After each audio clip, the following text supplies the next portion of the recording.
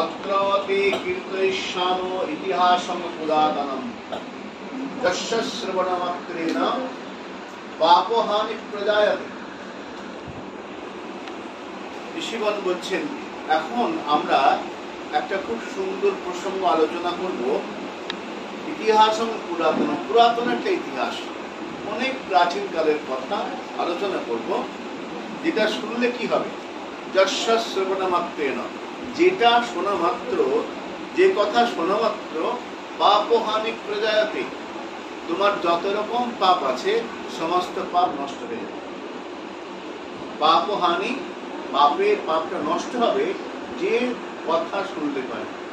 আমরা সারাদিনে অনেক কথা শুনি, পরনিন্দা, পরচর্চা, পর কথা শুনি, তো তাতে পাপটা জন্মায়, বাড়ে।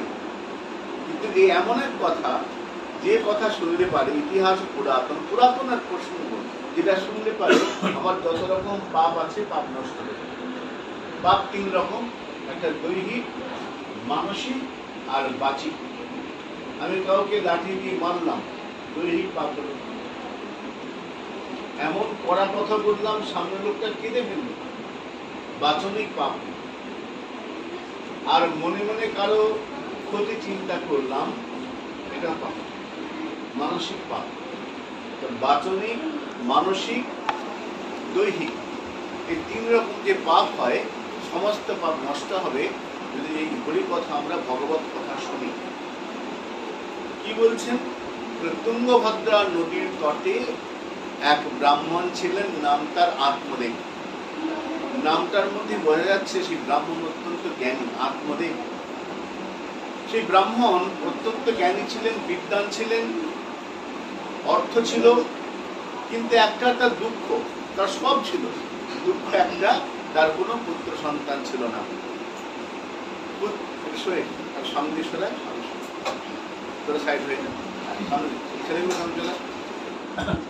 তো তার কি ছিল? একটা দুঃখ, কি না আমার কোনো পুত্র নাই। সেই আত্মদেবের স্ত্রীর নাম ছিল কিরকম, স্ত্রী কেমন ছিল? আত্মদেব খুব ভালো লোক, পণ্ডিত, জ্ঞানী, বিদ্বান, ধনবানও বটে, কিন্তু স্ত্রী কিরকম ছিল এখানে বলছেন, লোক বার্তারতা ক্রূরা প্রায়শ বহুজল্পিকা। স্ত্রী কিরকম? লোক বার্তারতা, সারাদিন এর ওর আলোচনা করে সময়, লোকবার্তা, অন্যের প্রসঙ্গে আলোচনা করত। লোক বার্তারতা, ক্রূরা, অত্যন্ত ক্রূর, বহুজল, খুব বেশি কথা বল, বহুজল্পিকা, বেশি কথা। আমরা বলি নাই বেশি কথা, বেশি কথা বলিস, বেশি কথা আমরা শুনতে ভালো লাগে, কিন্তু এখানে কিন্তু বহুজল্পিকা। আর সুরাজ গৃহকৃত, কিন্তু সে গৃহকর্ম খুব নিপুণা, ঘরের সমস্ত কাজ খুব সুন্দর করতে পারত। সুরা গৃহকৃত্যেষু, ঘরের অনেক রকম কাজ করতে পারত, গৃহকর্ম খুব নিপুণা ছিল। আর একটা গুণ ছিল, কলহ প্রিয়া, ঝগড়া করতে খুব ভালোবাসত, ঝগড়া করতে ভালোবাসত, ঝগড়া সুযোগ পেলে ছাড়তো না। কলহ প্রিয়া, তার ভালো লাগতো কলহ করতে, এরকম একটা তার স্ত্রী ছিল। তো কিন্তু কি হলো, এমনি কোনো অসুবিধা নেই, যেহেতু সন্তান ছিল না, বাড়িতে আশেপাশে লোক আলোচনা করতে, বন্ধা বাজা, ছেলে হয় না, লোকে খুব নিন্দা, আলোচনা হতো। ব্রাহ্মণ এই লোকের কথায় একদিন এমন হলো, ভিখারি ভিক্ষা করতে এসেছে, ব্রাহ্মণ স্ত্রীকে বলেছেন যাও ভিক্ষা দাও। ভিখারি বললো ভিক্ষা নেব না। কেন? তোমার ঘরে সন্তান নাই, যার সন্তান নাই তার ভিক্ষা নিতে না। ব্রাহ্মণের মনে ভিক্ষাও লোকে নেবে না, এমন কপাল। ব্রাহ্মণ অত্যন্ত দুঃখী হয়ে, আত্মদেব অত্যন্ত দুঃখ পেয়েছে। এমন কি বলছেন, তিনি যদি কোনো গাছ লাগাতে গাছে ফল হতো না, গাছ বড় হতো, গাছে ফল হতো না। তিনি যদি গাভী কিনে আসতেন, গাভীর বাছুর হতো না। বাড়িতে গরু আছে কিন্তু বাচ্চা দেয় না। এই অত্যন্ত দুঃখে ব্রাহ্মণ চলে গেলেন বনে। বনে গিয়ে ভাবছেন আমি আত্মহত্যা করব। নদীর তীরে পৌঁছেছেন, নদীর ধারে পৌঁছেছেন, খুব কাঁদছেন, এই জীবনের কোনো দাম নাই, পুত্র সুখ নেই, যা তার আর কিসের সুখ? পুত্র সুখ নাই, পুত্র নাই, খুব দুঃখ পাচ্ছে। এমন সময় এক সাধু উপস্থিত। সাধু এসে বলছেন, প্রথম রদুষী বিপ্র ব্রাহ্মণ, ব্রাহ্মণ তুমি কাঁদছো কেন? প্রথম রদুষী কাতং চিন্তা বলিয়সী, তোমাকে দেখে মনে হচ্ছে তোমার আচরণে তুমি খুব দুঃখী, তোমার মুখ দেখে মধ্যে বিষাদগ্রস্ত, হতাশায় ভরা তোমার জীবন, কাঁদছো কেন? বদন্তং সত্যরমধ্যম, তুমি আমাকে খুলে বলো তোমার দুঃখের কারণটা কি, যদি আমার দ্বারা কোনো সাহায্য হয়। বদন্তং সত্যরম দুঃখম, দুঃখটা কি আমাকে বলো। শস্য দুঃখস্য কারণম, তোমার দুঃখের কারণটা কি, হেতুটা কি বলো, শুধু কাঁদলে হবে? আমাকে বলো তুমি কাঁদছো কেন, কি তোমার দুঃখ, এত কি দুঃখ, তোমাকে জঙ্গলে আসতে হলো বাড়ি ছেড়ে, কি এমন দুঃখ, আমাকে বলো। তখন ব্রাহ্মণ কাঁদতে কাঁদতে বলছেন আত্মরে, কিং ব্রবমি ঋষা দুঃখম, হে ঋষি আমার দুঃখের কথা কি বলবো আপনাকে। পূর্ব পাপের সঞ্চিতম, পূর্বতনের সঞ্চিত পাপ ছিল, তাই আমার কপালে এই দুঃখ। পূর্ব পাপের সঞ্চিতম কেন? বলে আমার পুত্র নাই। পূর্বজাস স্বয়ং কবচ্চ পেশানাম, আমি কি করে পিতৃপুরুষকে জল দেবো? আমি তো এখন না হয় দিলাম, কিন্তু আমার পরে কি হবে? সংসার কেন করে? বলে পুত্রার্থে ক্রিয়াতে ভার্যা, বিবাহ করি কেন না পুত্র লাভের জন্য। পুত্র কেন প্রয়োজন? পুত্রপিণ্ড প্রয়োজন, পুত্রপিণ্ড দেবে, কিন্তু আমার তো সে আশা নাই। আমি এখন জল দিচ্ছি, আমার পরে কি হবে? পূর্বপুরুষে কে জল দেবে? সেই দুঃখে আমি ভাবছি আত্মহত্যা করব।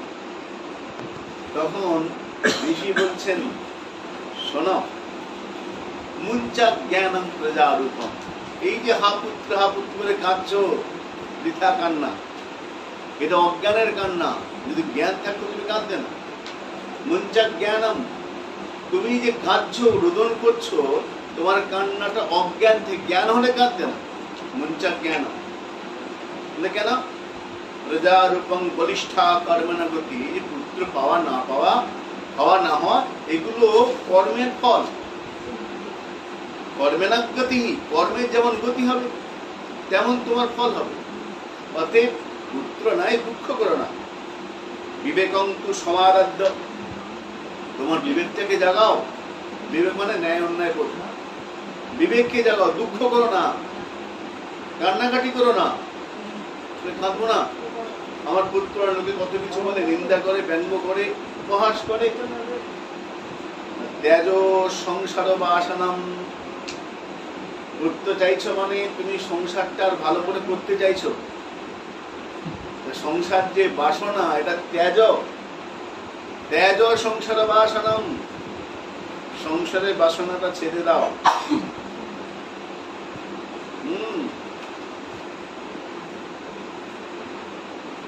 তখন দেখো না, বলে কেন না, সগর রাজা, হ্যাঁ সগর রাজা, দেখো সগর রাজা মহাভারতে আছে, কতগুলো পুত্র ছিল জানো? কত বলে 60,000 পুত্র ছিল। সগর রাজার 60,000 পুত্র ছিল, এক মূল্য ভিতরে সব মারা গেল। সেই সগর রাজার 60,000 মানুষ আছে।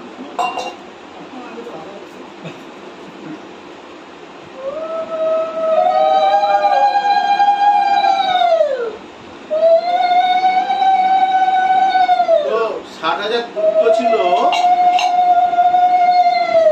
তারা তো মারা গেল।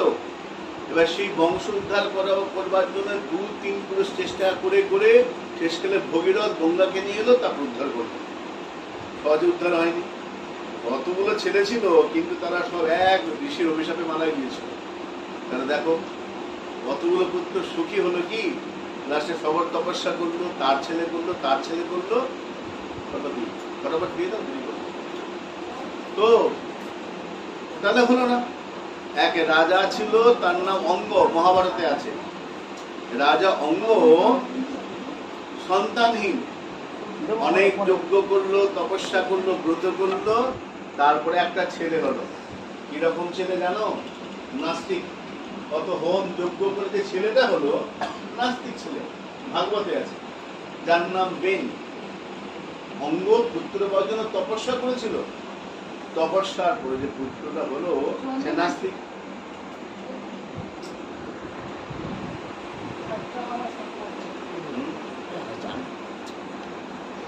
সে হলো নাস্তিক। তাহলে পুত্র হলো তো সুখী হলো কি? ওই পুত্রের অত্যাচারে অঙ্গ তখন কি করলেন? বাড়ি ছেড়ে পালিয়ে গেলেন জঙ্গলে। যে পুত্র তপস্যা করে পেলেন সেই পুত্রের জন্য বাড়ি ছেড়ে পালাতে হলো রাতারাতি অঙ্গ। তাহলে পুত্র হলে সুখী হবে তার কোনো নিশ্চয়তা নেই। মনচা কেন? তুমি যে কাঁদছো না, অজ্ঞান থেকে কাঁদছো, জানলে কাঁদছে, কাঁদতে না। তখন আত্মহত্যা বলছেন, দেখুন সাধু বাবা, লেকচার দেওয়া তো সোজা, বলা তো খুব সোজা, কিন্তু সমস্যা হলো এসব ভালো ভালো কথা আমিও বলতে পারি, আমি জানি। কি জানেন? সরস গৃহস্থ লোকে পুত্র পুত্র সমন্বিতম। সংসারটা তখনই সরস হয়, সুন্দর হয় যখন বাড়িতে পুত্র প্রতি পুত্র নাতি নাতনি খেলা করে, তখন ঘরে কামনা কামনা শুনতে খুব ভালো লাগে। আপনি তো সন্ন্যাসী মানুষ, সাধু, আপনি কি জানবেন সংসারের রসের কথা? আমি জানি। ঘরে একটা বাচ্চা চ্যাঁপও করে না, দৌড়ায় না, হইচই করে না, ঘরটা ফাঁকা ফাঁকা লাগে। গৃহস্থ সরস লোকে, গৃহস্থ তখন সুন্দর হয়, রস হয় যখন বাচ্চা ওই আদো আদো মিষ্টি মিষ্টি ভুলভাল কথা বলে, ভুলভাল বলে ফেলে, ঠোপ করে পড়ে যায়, গিয়ে দৌড়ে তুলে নিয়ে আমি আদর করি। এগুলো আপনি কি জানবেন সাধু বাবা? আমরা গৃহস্থ লোক জানি সংসারের রস কি। আপনি কি জানবেন? মানে ওইসব কথা, ও তো গীতা ভাগবত বললে দু চার কথা সুন্দর বলা যেতেই পারে, বলা তো খুব সোজা, কিন্তু বাস্তব করা কঠিন। হ্যাঁ, তা আমাকে তো ছেলে দিতে হবে, সন্তান না হলে আমি বাড়ি ফিরব না। সন্তান আমার চাই চাই। ঋষি ভালো করে তাকিয়ে দেখে বলতে, শোনো, তোমার কপালটাই ভালো করে দেখলাম, তোমার কপাল থেকে আমি বুঝতে পারছি সত্য জন্মাবধি তব পুত্র নৈব নৈবচ। শুধু এই জন্মে নয়, পরজন্মে নয়, পরপর 7 জন্ম ছিল, হবে না, হবে না, হবেই না। সত্য জন্মাবধি তোমার কপালে যে লেখা আছে না, শুধু এই জন্মে নয়, পরজন্মে নয়, তারপরে পর 7 জন্ম, নৈব নৈবচ, হবেই না, ভাগ্যেই তো নেই। যেই মাত্র বলা, ব্রাহ্মণ আরো জোরে কাঁদতে আরম্ভ করেছে। আবার তোমাকে বলে দিলাম তো কপালে নেই, কাঁদছো কেন? বলে আগে কাঁদছিলাম যে এই জন্মের পুত্র নেই, এখন কান্না বেড়ে গেল না, 7 জন্মের কোনো পুত্র নেই, 7 বার তো কাঁদতেই হবে। এবার কাঁদতে হবে, 7 জন্ম আমার ছেলে না, আপনি বলে দিলেন, আমি তো বেশি করে কাঁদবো। ব্রাহ্মণ কান্নাকাটি আরম্ভ করে দিয়েছে, কান্নার থামে না, ভাবি বলে দিলেন। তখন ব্রাহ্মণ মনে মনে সাধু ভাবছেন যে যদি এর পুত্র না হয়, এমন কান্নাকাটি করছে, এই যে কান্না, এ তো আমাকে কষ্ট, কলঙ্ক লাগবে। এখন যদি কিছু বলে যায়, ক্ষতি হয়, আমাকে পাপ লাগবে, যে তো মহাবিপদে, ভালো করতে এসে আমার বিপদ হয়ে যাবে, ব্রহ্মহত্যা পাপ লেগে যাবে, ব্রাহ্মণ মানুষ বিপদে পড়ে সাধু বলে, আচ্ছা আচ্ছা, শোনো শোনো, এক কাজ করো, কান্নাকাটি করো না, তোমার কপালে নেই, কিন্তু আমি আমার তপস্যার বলে, সাধনার বলে তোমাকে একটা ফল দেবো, সেই ফলটা নিয়ে গিয়ে তুমি তোমার স্ত্রীকে খাওয়াবে, তোমার ভালো করতে হবে। ইদং ভক্ষয়া পাত্পা তত পুত্র ভবিষ্যতে, এই ফলটা নিয়ে তোমার বুকে খাই দাও স্ত্রীকে। বলে দেখো, তখন ব্রাহ্মণ একটু কান্না থেমেছে, ভালো কথা, কিন্তু খুব কঠিন নিয়ম, আমার বউ পারবে না, আমার বউ কঠিন পরিশ্রম, কি করতে হবে? বলে কিছু নিয়ম পালন করতে হবে, আমার বউ বেশি কিছু নিয়ম পালন, আর কিছু না, অন্তত 1 বছর যতক্ষণ ফলটা খাবে, তারপর পুত্র না হওয়া পর্যন্ত একটু পবিত্র জীবনযাপন, সজ্জীবন, আহার, একটু শুদ্ধ সাত্বিক আহার, একটু লোকের সঙ্গে ঝগড়া বার্তা না করা, ওগুলো তো আমার বউ পারে না। আপনি যা বলছেন আপনি দুটোই করবেন আমার। আচ্ছা, ফল নিয়ে, ফলটা দিয়েছেন, খাইয়ে দিও, ঠিক আছে। খুব খুশি মনে আত্মদেব বাড়ি ফিরে এসেছেন, এসে স্ত্রীকে বলছেন, দেখো, আমি গিয়েছিলাম জঙ্গলের মধ্যে, এক সাধু কৃপা করে আমাকে ফল দিয়েছেন, ফল ভক্ষণম গর্ভবতী, যদি এই ফলটা তুমি খাও তোমার গর্ভের পুত্র হবেই, হয় ব্রাহ্মণ করে দিয়েছে। আর সেই ঋষি সাধারণ ঋষি নয়, ত্রিকালজ্ঞ, সে দেখে বলে দিয়েছে আমাদের 7 জন্মে কোনো পুত্র নেই, কিন্তু সেই ঋষি তার নিজের তপস্যার বলে, সাধনার বলে, পুণ্যের ফলে সে কৃপা করে দিচ্ছে। এটাকে অস্বীকার করো না, সাধুর কৃপা। যদি ভাগ্যে নেই, সাধু তার শক্তির দ্বারা দিয়েছেন এই ফলটা খেলে তোমার পুত্র হবে এবং সুপুত্র হবে। ধুন্ধুলিকে ফল দিয়ে ব্রাহ্মণ খুব খুশি। এবার ধুন্ধুলি মহাবিপদে পড়েছে, খুব সমস্যা। ধুন্ধুলি চিন্তায় পড়ে গেছে।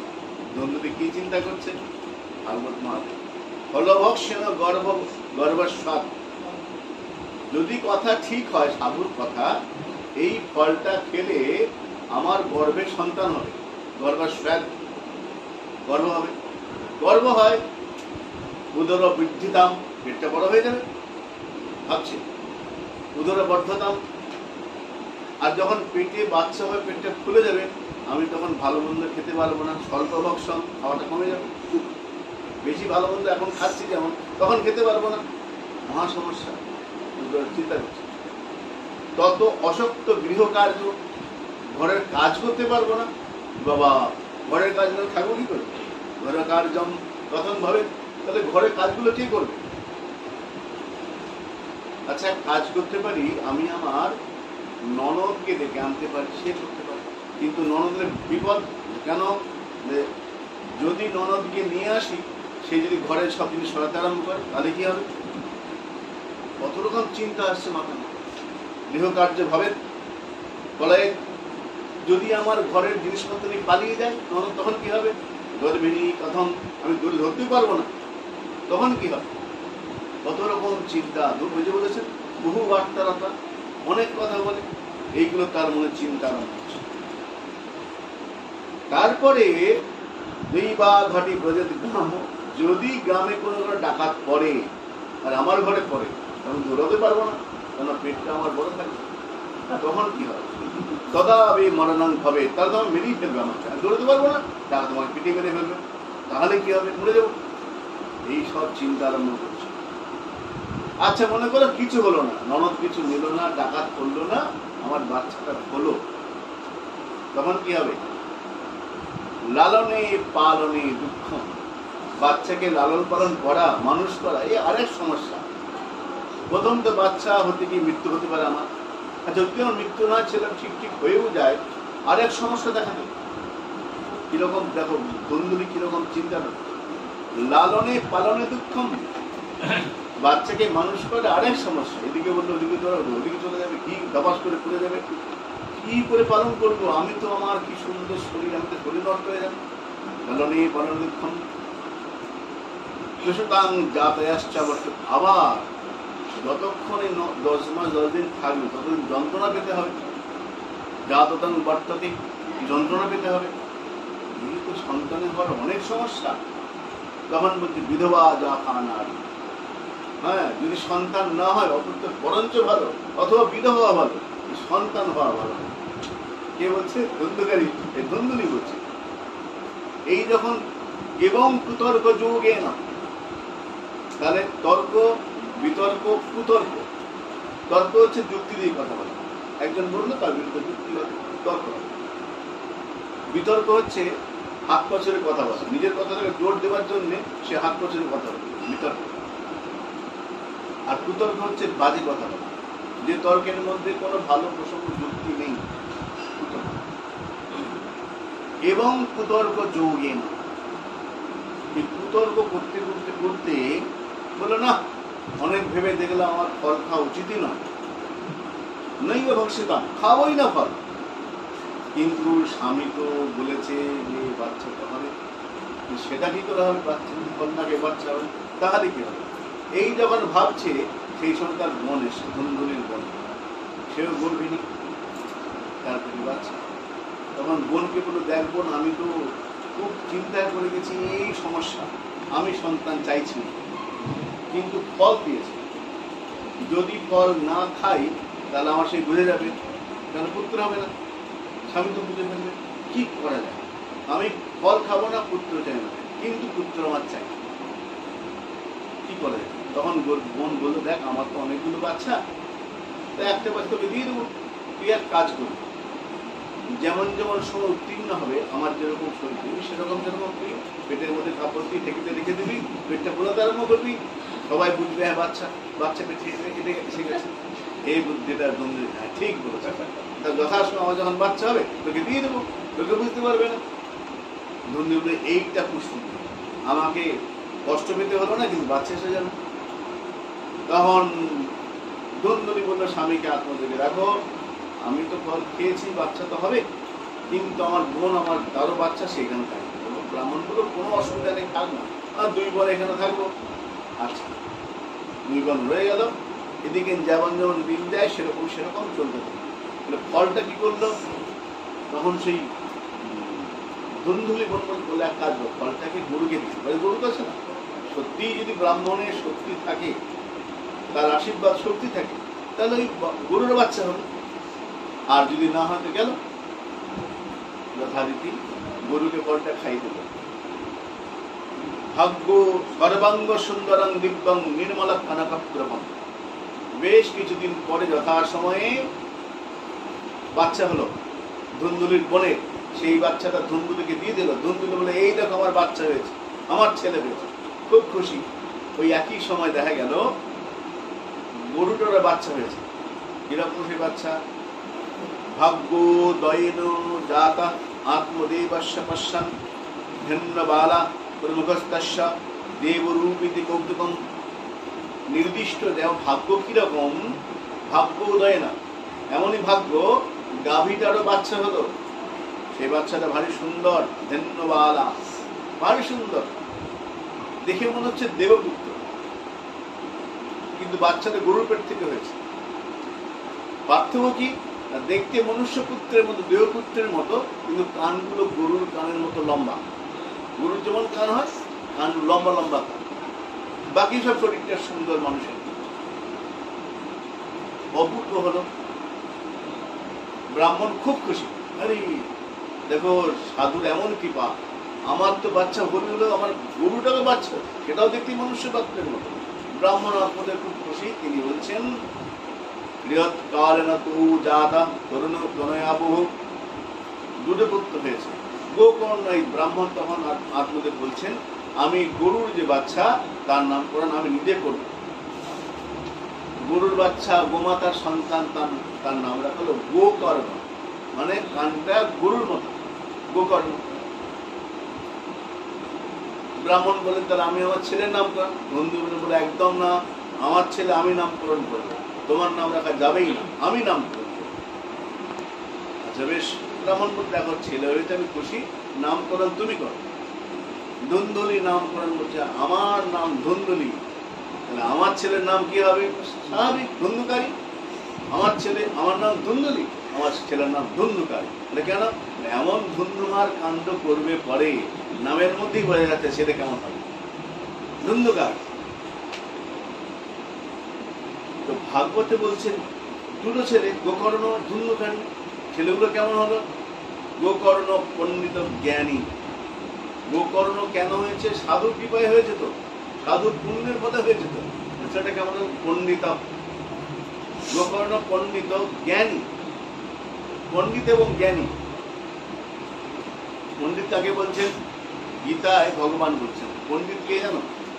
অসচ্ছন্ন শৌচস্তং প্রজ্ঞাবাদংশ ভাষাসে। কৃষ্ণ অর্জুনকে বলছেন, অর্জুন তুমি এই যে দুঃখ করছো, যুদ্ধ করলে আমার আত্মীয় মরবে, দাদু মরবে, ভাই মরবে, হায় হায় কি হবে, এই যে দুঃখ করছো, এটা অসচ্ছন্ন শৌচস্তম। পণ্ডিত যে হবে না, সে পরে কি হবে এসব ভাববে না। অসচ্ছন্ন, যেটা ভাবনা উচিত নয় সেটা ভাববে না, অসচ্ছন্ন শৌচস্তম। তুমি কি করছো? যেটা ভাবা উচিত নয় সেইটাকে ভাবছো, ভেবে আবার জ্ঞানীর মতো কথা বলছো। প্রজ্ঞাবাদাংশ ভাষাসে, প্রজ্ঞাবান ব্যক্তির মতো, জ্ঞানী ব্যক্তির মতো কথা বলছো, আসলে তুমি জ্ঞানী নয়। গতাসন গতাসনশ্চ নানু শৌচন্তি পণ্ডিতা। পণ্ডিত যে হবে, পণ্ডিত যে হবে, চলে আসুন, নশ্বরের চিন্তায় মগ্ন থাকবে, নশ্বরের প্রতি তার আসক্তি থাকবে না। নানু শোচন্তি পণ্ডিতা, গোকর্ণ হচ্ছে পণ্ডিত। পণ্ডিত মানে সৎ অসৎ বিবেচনা বুদ্ধি, যার মধ্যে কোনটা সৎ কোনটা অসৎ, কোনটা ভালো কোনটা মন্দ, কোনটা ন্যায় কোনটা অন্যায়, এটা বোঝার ক্ষমতা যার আছে, বিবেক যার আছে,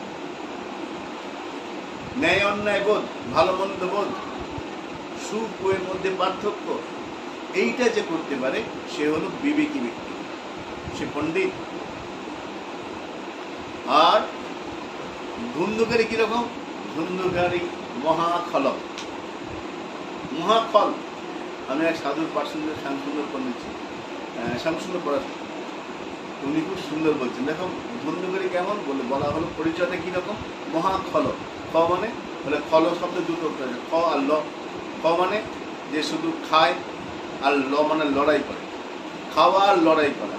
যে খেতে দিত তার সঙ্গে লড়াই করবে, কেন খেতে দিল না তার জন্য লড়াই করবে। লড়াই করে এবং খাওয়া যার স্বভাব সে হলো খল, ধুন্ধুকারী মহাখলক।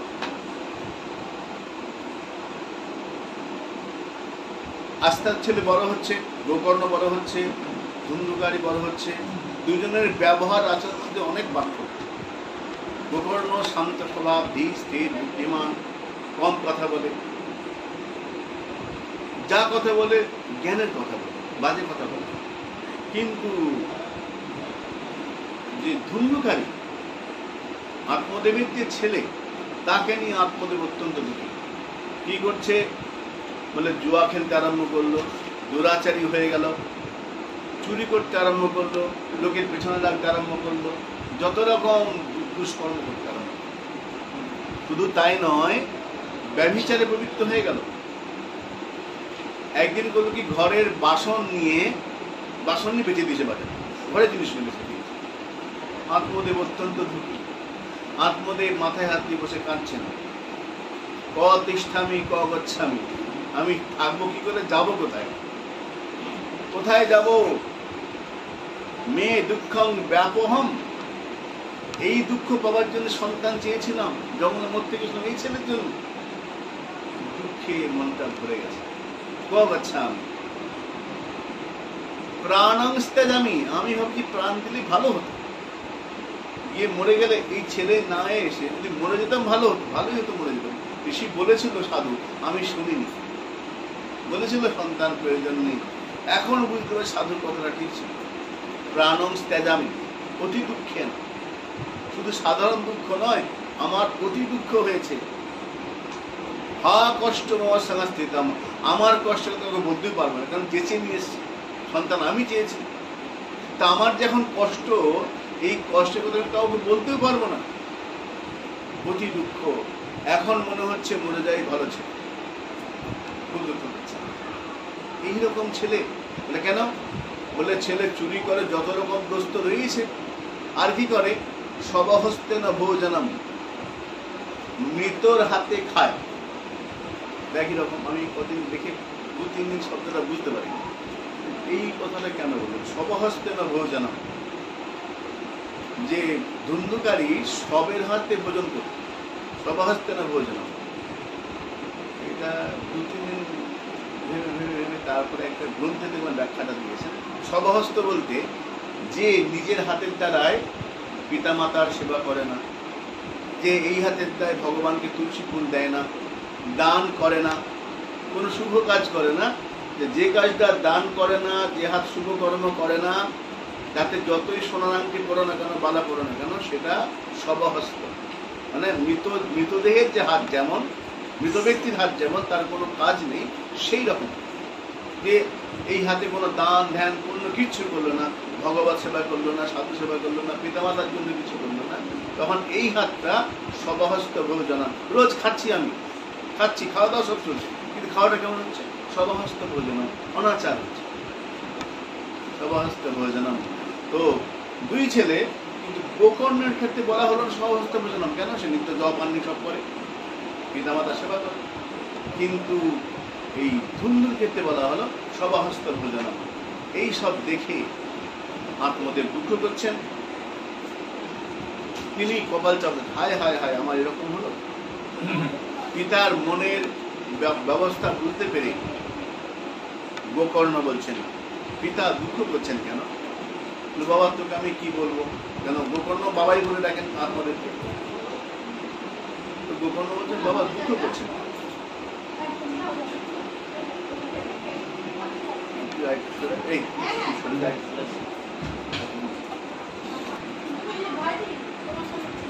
তো তখন উনি বলছেন, গোকর্ণ বলছেন, ন চন্দ্রস্য সুখং কিঞ্চিৎ। বাবা আপনি ভাবছেন যে আমি দুঃখী, কিন্তু সবাই সুখী। কেউ সুখী নয় জগতে, কেউ সুখী নয়। কেন না? ইন্দ্রস্য সুখম, দেবরাজ ইন্দ্র, দেবতাদের রাজা, তারও সুখ নাই, তারও ভয়। এই বুঝি দৈত্যরা আক্রমণ করলো, সেখানেও ভয় আছে। ইন্দ্রস্য সুখম কিঞ্চিৎ, ইন্দ্রের মনেও কোনো সুখ নাই। আর কি জানেন? সুখম চক্রবর্তী নাম, চক্রবর্তী মহারাজ, পৃথিবীর বড় বড় রাজাকে চক্রবর্তী মহারাজ বলা হয়। চক্রবর্তী রাজা, বড় বড় রাজা, যাদের আন্ডারে অন্যান্য ছোট রাজা রয়েছে, তারা পর্যন্ত সুখী নয়। তাহলে রাজা সুখী নয়, ইন্দ্র সুখী নয়, তা সুখীটাকে কে সুখী? গোকর্ণ উত্তর পিতাকে, পিতা জ্ঞানবান বুদ্ধিমান, কিন্তু পুত্র স্নেহে জ্ঞানটা ঢাকা পড়ে গেছে। জ্ঞান আছে, শাস্ত্র পড়েছে, কিন্তু জ্ঞানটা, স্নেহ এমন জিনিস, আমরা মহাভারতে দেখি না, ধৃতরাষ্ট্র অত বড় রাজা, ধৃতরাষ্ট্র মূর্খ ছিল নাকি? অত্যন্ত জ্ঞানী ছিল, বিদুরের ছাত্র, বিদুরের ভাই, বিষ্ণুদেবের ছাত্র। ধৃতরাষ্ট্র অত্যন্ত জ্ঞানী, বুদ্ধিমান, শক্তিমান, চোখে দেখতে পেত। কেন দেখতে পেত না? স্নেহান্ধ, স্নেহ মানুষকে অন্ধ করে দেয়, তাই না? ধৃতরাষ্ট্র দেখছেন তার চোখের সামনে অন্যায় হচ্ছে, দ্রৌপদীর কবর ধরে টানা হলো, ধৃতরাষ্ট্র শাস্তি দিয়েছিল দুর্যোধনকে? না, কোনো শাস্তি দেয়নি, স্নেহান্ধ। জ্ঞানবান ব্যক্তি জানেন সব, তবু তিনি শাসন করতে পারছেন, কেন পারছেন না? স্নেহ অন্ধ করে দিয়েছে। সেরকম বললেন যে সুখ কোথায়? সুখমস্তি বিরক্তাশ্চ। আত্মদেব জ্ঞানবান, কিন্তু তিনি উত্তর খুঁজে পাচ্ছেন না। কেন? তাকে স্নেহটা, জ্ঞানটাকে, জ্ঞান আবৃতম, জ্ঞানটা আবরণ করে গেছে ধোঁয়ার দ্বারা। এইবার পুত্র পিতাকে জ্ঞান দিচ্ছে। কে? গোকর্ণ পিতাকে বলছেন, কি বলছেন? সুখমস্তি বিরক্তস্য। পিতা, যদি সুখের কথা বলতে হয়, কোথায় সুখ? আমি বলবো বিরক্তস্য। যারা বিরক্ত সাধু সন্ন্যাসী, তাদের সুখ, আর জগতে কেউ সুখী নেই। বিরক্তস্য সুখমস্তি, যার কোনো কিছু পাওয়ার ইচ্ছা নেই, কিছু চায় না সংসার থেকে। যখনই চাওয়া পাওয়া তখনই দুঃখ, চাওয়া পাওয়া নেই, দুঃখও নেই। বিরক্তস্য সুখম। আর বিরক্ত কারা? মুনি একান্ত জীবিনা, যারা মনে মনে ঈশ্বরের চিন্তায় মগ্ন থাকে, ঈশ্বর চিন্তা মগ্ন মুনি, এমন ব্যক্তিরাই বিরক্ত, তারাই সংসার থেকে কিছু চায় না। আর কি করে বুঝবে? একান্ত জীবিনা, যারা একান্তে বাস করে, কোনো কিছু চাওয়া পাওয়া নেই, তারা সুখী। বাবা আর কোথাও সুখী নেই। আত্মতে বলছে কথাগুলো তো আমি জানি, আমার তো অজানা নয় কথাগুলো, তবু আমি কেন বুঝতে পারছি না? আমি কেন সুখী হতে পারছি না? কেন সংসার থেকে যেতে পারছি না? কি আমায় বেঁধে রেখেছে? আমি জানি দুঃখ কেন হয়। ঋষি আমাকে অনেক আগে বলেছে পুত্র দুঃখের কারণ, কিন্তু আমি তখন মানিনি। পুত্রকে জোর করে ঋষির আশীর্বাদের বলে পুত্র হল, কিন্তু এখন যখন দুঃখ পাচ্ছি, ঋষির কথাগুলো খুলছে, কেন আমি বেরোতে পারছি না? উত্তর দিচ্ছি। গোকর্ণ পুত্র পিতাকে উপদেশ করছে। কি বললেন? গোকর্ণ বলছেন, দেহস্থি মাংস রুধির অয়ম অতি ত্যাজ। তং জায়া সুতাদিষু সদা মম তং বিমুচ্ছা। বাবা, এই সংসারে যে আমি দুঃখ পাচ্ছি না, যে আমরা সংসারে আটকে আছি, এই দুঃখ পাওয়া এবং আটকে থাকা, এই যে বন্ধন, এটার দুটো কারণ, অহন্তা এবং মমতা। অহন্তা এবং মমতা এই দুটো আমাদের বন্দী করে রেখে দুঃখ দিচ্ছে। অহন্তা মানে অহং বোধ, এই দেহটা আমি। দেহতে কি আছে? দেহ অস্থি, এই দেহের মধ্যে আছে হাড়। অস্থি মানে হাড়। আর কি আছে? মাংস। অস্থি আছে, মাংস আছে। রুধিরম, রক্ত আছে। তো রক্ত, পুঁজ, মাংস, অস্থি, চামড়া, চুল, কেশ, মল মূত্রে ভরা শরীর। কিন্তু এই শরীরটাকে ভাবছি আমি, অহম। এই আমি, এটা দুঃখের কারণ। আসলে এর মধ্যে পবিত্র কিচ্ছু নেই। দেহটার মধ্যে কোনো শুদ্ধ বস্তু আছে? একটা শুদ্ধ বস্তু, এটা খুব ভালো। একটাও ভালো নেই। অস্থি, হাড় পবিত্র জিনিস না। রক্ত, মাংস, মল মূত্র, পুঁজ, কেশ, নখ, একটাও শুদ্ধ বস্তু নাই। কিন্তু এই রক্ত মাংসের পিণ্ডটাকে আমি ভাবছি আমি। এবার এর সুখে আমি সুখী, এর দুঃখে আমি দুঃখী। কিন্তু আসলে পিতা আপনি যে আত্মা, সে কিন্তু এটা নয়। কিন্তু দেহের সঙ্গে এমন সংযোগ হয়ে গেছে, আত্মা মনে করছে দেহটাই আমি। এইটা বন্ধনের কারণ। অহং পা অহম। এখন এই যে অহম আমি, আমাকে অনেকে বলে মাছ খাওয়া প্রসঙ্গ বা মাছ টাছ খেও না।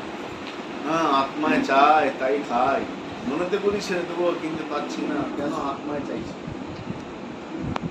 আত্মাকে তো সুখী করতে হবে, আত্মাকে দুঃখ দিতে নাই। এখন এই যে খাওয়াটা, মাছ খাওয়া, মাংস খাওয়া, এটা কি আত্মায় খাচ্ছে নাকি? আত্মায় খাচ্ছে না। আমার আত্মায় চাইছে, আত্মা চাই তাই খাচ্ছি না। আত্মা চা পাওয়ার সঙ্গে নেই।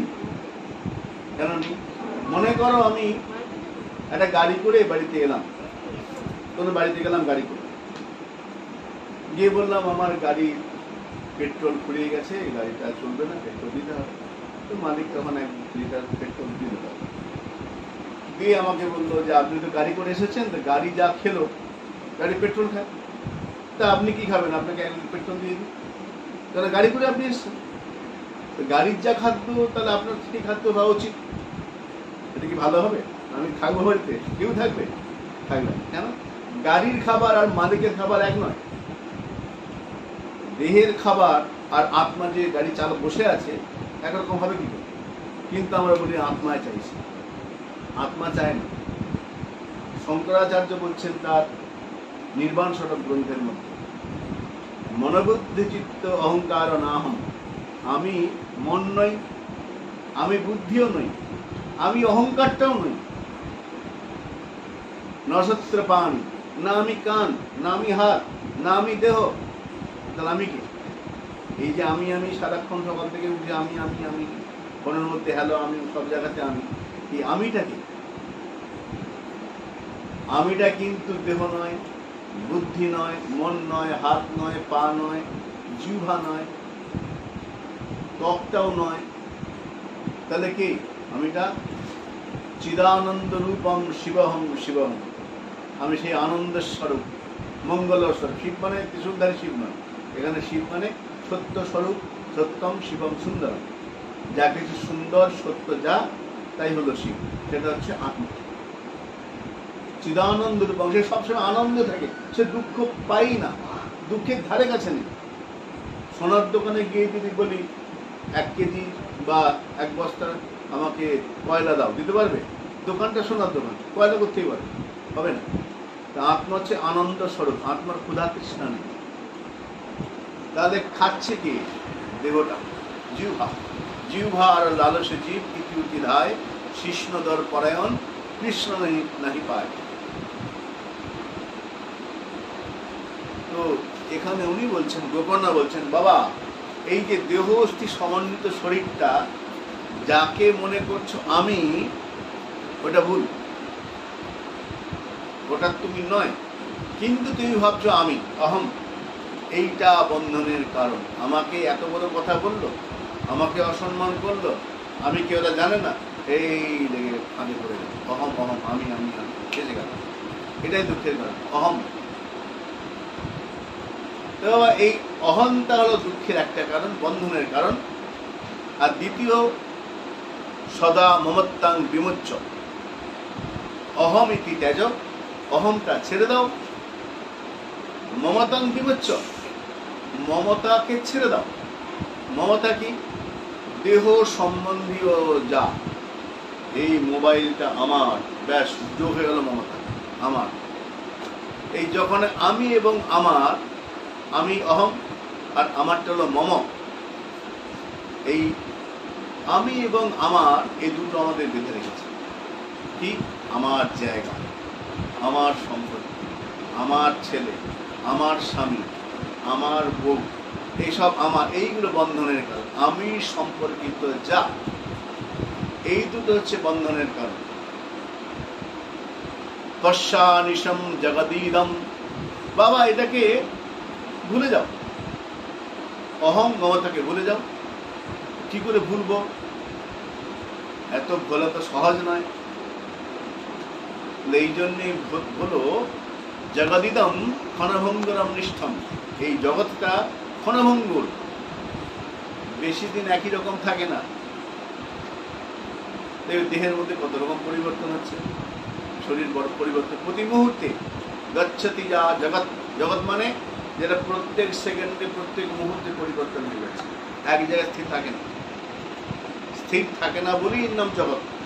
যদি স্থির থাকতো তাহলে জগৎ শব্দটা হতো না। জগৎ মানে গচ্ছতি, এগিয়ে চলেছে, এক জায়গায় দাঁড়াবে না।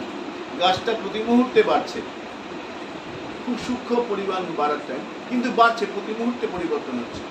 শরীর পরিবর্তন হচ্ছে, কালার পরিবর্তন হচ্ছে, মনেরও পরিবর্তন হয়ে যাচ্ছে। কোনোটাই স্থির নয়, অস্থির সংসার। তো তুমি এটাকে ভালো করে বোঝো। পশ্যানিশম জগদিদম, এই জগৎটা অনিত্য। তাহলে কি করতে বলছো? গোকর্ণ বলছেন বৈরাগ্য রাগ রসিক।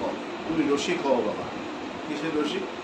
বৈরাগ্য যে রস, বৈরাগ্য যে রস, সেই বৈরাগ্য রসে রসিক হও। ভগভক্তি নিষ্ঠম, ভগবানকে ভক্তিমান, ভগবত চরণে ভক্তিমান হও। তাহলে বৈরাগ্যকে সঙ্গে নাও, বৈরাগ্যের প্রতি আসক্ত হও, সংসার আসক্তি ছেড়ে দাও। আর কি করবে? ধর্মং ভজস্ব, যদি ভজন করতে হয় সংসারের ভজন না করে ধর্মের ভজনা করো। ধর্ম মানে কি? ভগবান। ভগবান হচ্ছে ধর্মস্বরূপ। বাসুদেবে ভগবতী ভক্তি যোগ প্রযোজিতা, সবই পুংসাং পরো ধর্ম যত ভক্তি অধস্কারী। ভগবান হচ্ছেন পরম ধর্ম, সবই পুংসাং পরো ধর্ম, জীবের পরম ধর্ম হল ভগবান, তিনি বাসুদেব। যত ভক্তি অধস্কারী, যাকে ইন্দ্রিয় দিয়ে পাওয়া যায় না সেই ভগবান, তিনি হচ্ছেন পরম ধর্ম। তো গোকর্ণ বলছেন ধর্মং ভজস্ব, যদি ভজন করতে হয় বিষয়ের ভজন ছেড়ে দাও, অর্থের ভজন ছেড়ে দাও। ভজন যদি করতে হয় ধর্মের ভজন করো, অর্থাৎ ভগবানের চরণে শরণাপন্ন। বলে ভগবানকে ভজন করতে গেলে আমাকে কিছু ত্যাগ করতে হবে। হ্যাঁ, ধর্মং ভজস্ব ত্যাজ লোক ধর্মান। লৌকিক যে ধর্মগুলো আছে না, লৌকিক ধর্ম আছে কিছু, যেমন পুত্রের পিতার প্রতি ধর্ম, কর্তব্য ধর্ম, পুত্র ধর্ম, পুত্র ধর্ম, পিতৃধর্ম, সংসার ধর্ম, এই যতগুলো লৌকিক ধর্ম সব লৌকিক। লৌকিক ধর্ম ত্যাজ, লৌকিক ধর্মকে ছেড়ে দাও, আর ধর্ম অর্থাৎ ভগবানকে ভজন করো। আর কি করতে হবে? সেবস্য সাধু পুরুষান, সাধু পুরুষের সেবা করো। সংসারের সেবা তো অনেক করলে, এবারে সাধু পুরুষের সেবা করো। সেবা সাধু পুরুষান। আচ্ছা, সাধু সেবা করলে কি হবে? জহি কাম তৃষ্ণা, যদি সৎপুরুষের সাধু পুরুষের সেবা করো পিতা, তাহলে তোমার যে কাম তৃষ্ণা, কাম তৃষ্ণা মানে আরো চাই, আরো চাই, আরো চাই, তৃষ্ণা, এই কাম তৃষ্ণাটা চলে যাবে। সাধু পুরুষের সেবা করতে করতে, সৎসঙ্গ করতে করতে এই যে আরো চাই, আরো চাই, আরো চাই কামনা, তৃষ্ণা, এই তৃষ্ণাটা বন্ধ হয়ে যাবে। তখন কি হবে? অন্যস্য দোষ গুণাচিত্তমাশু মুক্তা, অন্যের দোষ দেখা বা গুণ দেখা, এটা থেকে মুক্তি হয়ে যাবে। অন্যের দোষ দেখা, গুণ দেখা, কারো দোষ দেখলাম, যদি বলে ফেললাম, বললাম, সেই বলা থেকে আবার কি হবে? অশান্তি সৃষ্টি হবে না? যার সম্বন্ধে দোষ দেখলাম, দোষটাকে বললাম, সে মনে মনে আমার প্রবিষ্ট হবে। কেউ নিজের দোষ দেখতে চায় না, শুনতেও চায় না। দোষ দেখা একটা দোষ। আর কি করতে হবে? গুণচিন্তনামাশু মুক্তা, লোকের দোষ দেখলে পারে অশান্তি সৃষ্টি হয়। আর যদি কারোর মধ্যে কোনো গুণ দেখো, সেটাও বন্ধনের কারণ। গুণ কেন বন্ধনের কারণ হবে? হ্যাঁ, কারো একটা ভালো গুণ দেখলে তখন তাকে ভালো লাগবে, যখন ভালো লাগলো তার থেকে এবার আসক্তি আসবে, আসক্তি বন্ধনের কারণ। তাহলে গুণটাও দেখো না, দোষটাও দেখো না, মুক্ত। দোষ গুণ থেকে মুক্ত হয়ে যাবে। দোষ গুণ থেকে যখন মুক্ত হবে, তখন সেবা কথা অহো পিতরম বিতরং পিবতা। গোকর্ণ বলছেন, বাবা, এই সংসারের দুঃখ থেকে যদি মুক্তি পেতে হয়, তাহলে এতগুলো কাজ করতে হবে। ধর্মং ভজস্ব, ধর্মকে ভজনা করো। ত্যাজ লোক ধর্মান, লোক ধর্ম ছেড়ে দাও না। সংসারের তো ধর্ম আছে, পিতার প্রতি কর্তব্য, পুত্র ধর্ম আছে, এগুলো করবে। কিন্তু কিভাবে করবে? আসক্তি শূন্য হয়ে করতে হবে। ত্যাজ লোক ধর্মান। আর সেবা যদি করতে হয়, সাধু সেবা, বিগ্রহ সেবা, ভগবত সেবা, এই সেবা করতে হবে। আর অন্যের দোষ গুণ দুটোই দেখো না। দোষ দেখাও সমস্যার কারণ, গুণ দেখাও সমস্যার কারণ। যত বেশি দোষ গুণ চিন্তা হবে, দোষ দেখলেই মুখ তখন বলতে ইচ্ছে করবে, আর বললেই ব্যাস লেগে যাবে সমস্যা। গুণ হলেই প্রশংসা করতে ইচ্ছা করবে, প্রশংসা করতে করতে আসক্তি আসবে, ওটাও একটা বন্ধনের কারণ, ঝামেলার কারণ, দুটোই কারণ। এগুলোকে ত্যাগ করো, মুক্ত। আর ভগবানের কথায়, ভগবানের কীর্তন রসকে পাওয়ার চেষ্টা করো। তাহলে দেখি বাবা, তোমার দুঃখম গমিষ্যতি, আর কোনো দুঃখ থাকবে। হরিশরণাম, ভগবানের শরণাপন্ন হও। যদি ভগবানের শরণাপন্ন হতে পারো বাবা, তাহলে দুঃখম গমিষ্যতি, আর তোমার দুঃখ থাকবে। এই সংসারের দুঃখ থেকে মুক্তির উপায় কি? হরিশরণাম, গোবিন্দ চিন্তা, গোবিন্দ ভজন, তার সেবার মধ্যে মগ্ন থেকে যাওয়া। এটাই গোকর্ণ পিতাকে উপদেশ করলেন। পিতার মনটা প্রসন্ন হয়ে গেল। কবির দাসজি প্রসঙ্গ খুব সুন্দর একটা কথা বলছেন, না লেনা না দেনা মগন রহে না। লেনা দেনা হলেই, কাউকে কিছু দিলে সে পেয়ে তোমার খুশি হলো, সে তোমার প্রশংসা করবে। যখন প্রশংসা ভালো লাগলো তোমার, এই বন্ধনের মধ্যে পড়ে গেল। না লেনা না দেনা, দেয়ানের মধ্যে যেওই না, তাহলে কি করবো?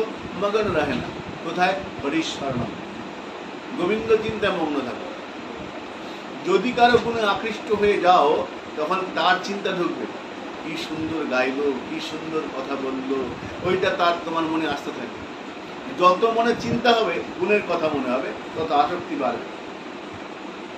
তো শাস্ত্র বলছেন যে আমাদের চিন্তাটাকে আমরা সুখী হই কেন হতে চাই, পুরনো জিনিস চিন্তা করি, ওই চিন্তাটা সুখের প্রতি আসক্তি বাড়িয়ে দেয়।